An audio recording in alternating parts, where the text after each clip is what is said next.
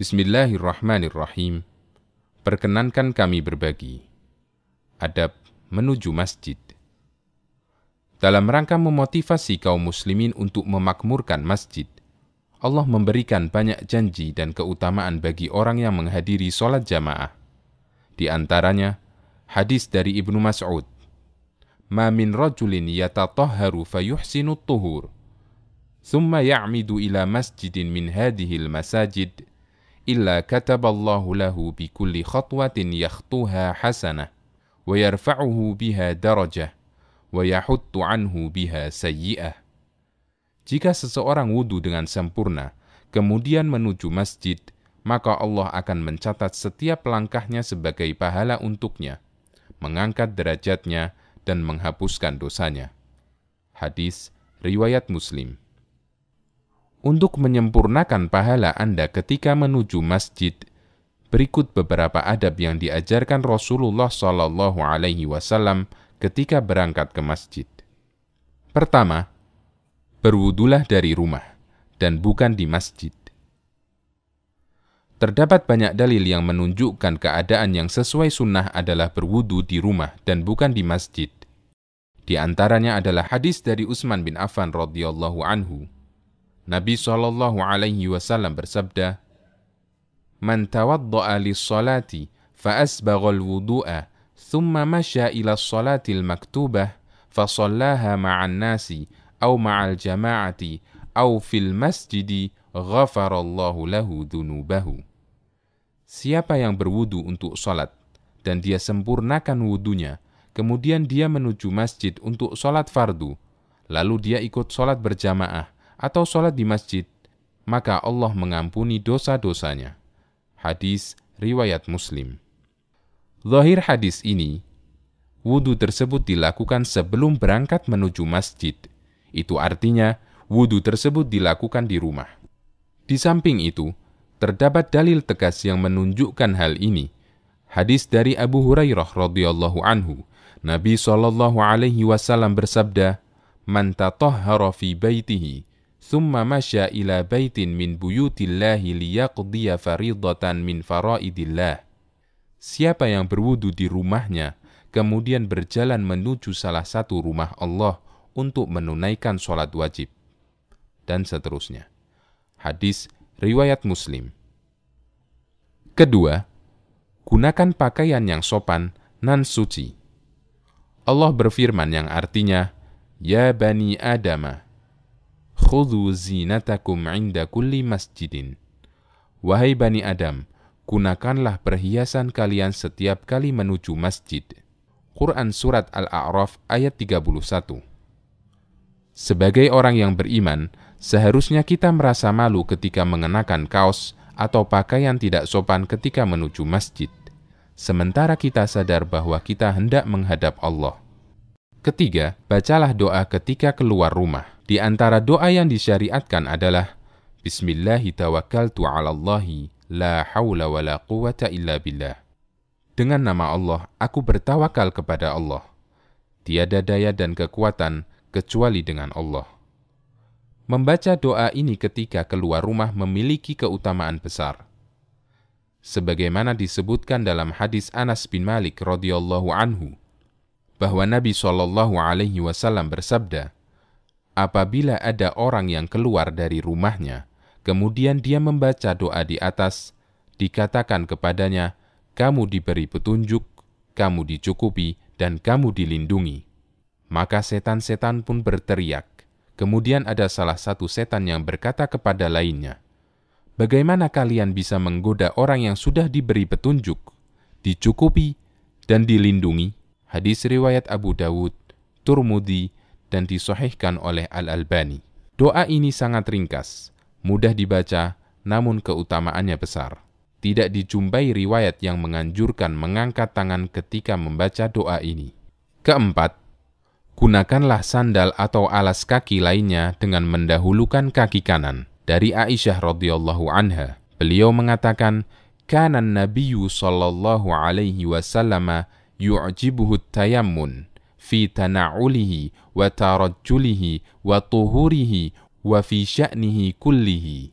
Nabi SAW suka mendahulukan yang kanan ketika memakai sandal, menyisir rambut, bersuci, dan yang lainnya. Hadis riwayat Bukhari, Ahmad, dan yang lainnya. Kelima, berjalanlah menuju masjid dengan tenang. Dari Abu Hurairah radhiyallahu anhu, Nabi SAW bersabda, "Idza sami'tumul iqamata famshu ila sholati wa 'alaikum bis sakinati wal waqar wa la tusri'u." Apabila kalian mendengar iqamah, berjalanlah menuju salat dan kalian harus tenang dan jangan buru-buru. Hadis riwayat Bukhari dan Muslim. Di samping itu, dengan berjalan tenang, kita akan mendapatkan banyak pahala, karena setiap langkah kaki kita dicatat sebagai pahala dan menghapus dosa. Di antara hikmah larangan terburu-buru ketika sholat, agar kita tidak ngos-ngosan ketika melaksanakan sholat. Nafas tersengal-sengal ketika sholat bisa menyebabkan sholat kita menjadi sangat terganggu.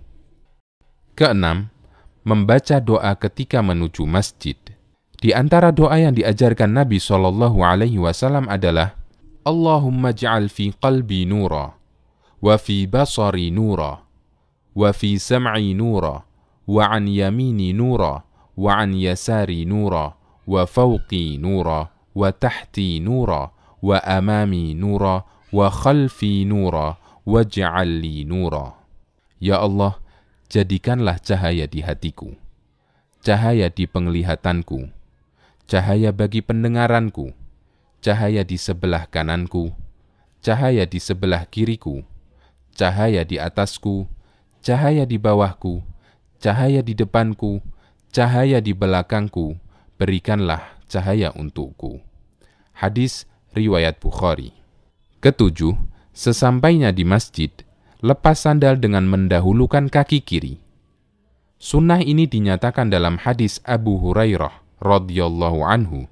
Nabi SAW bersabda, "Idan ta'ala ahadukum falyabda' bil yumna, wa idza khala'a falyabda' bis shimal." Apabila kalian memakai sandal, mulailah dengan kaki kanan, dan jika melepasnya, mulailah dengan kaki kiri. Hadis riwayat Bukhari dan Muslim. Kedelapan, masuk masjid dengan mendahulukan kaki kanan. Dari Aisyah radhiyallahu anha, beliau mengatakan, Nabi SAW suka mendahulukan yang kanan ketika memakai sandal, menyisir rambut, bersuci, dan yang lainnya. Hadis riwayat Bukhari, Ahmad, dan yang lainnya. Para ulama mengatakan, semua kegiatan yang baik dianjurkan mendahulukan bagian tubuh yang kanan. Termasuk dalam hal ini adalah mendahulukan kaki kanan ketika masuk masjid.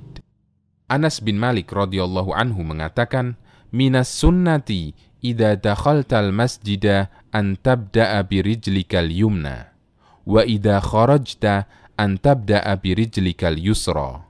Termasuk ajaran Nabi SAW, ketika Anda masuk masjid, Anda mendahulukan kaki kanan, dan ketika keluar, Anda mendahulukan kaki kiri. Hadis riwayat Hakim, beliau sahihkan dan disetujui Ad-Dahabi.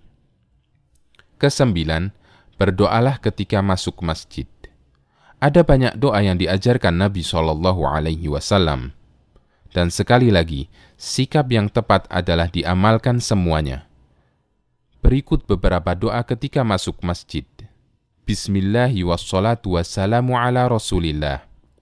Bismillah, salawat dan salam untuk Rasulillah. Hadis riwayat Ibnu Sunni, Abu Dawud, dan disahihkan oleh Al-Albani. Allahumma ftahli abwaba rahmatik.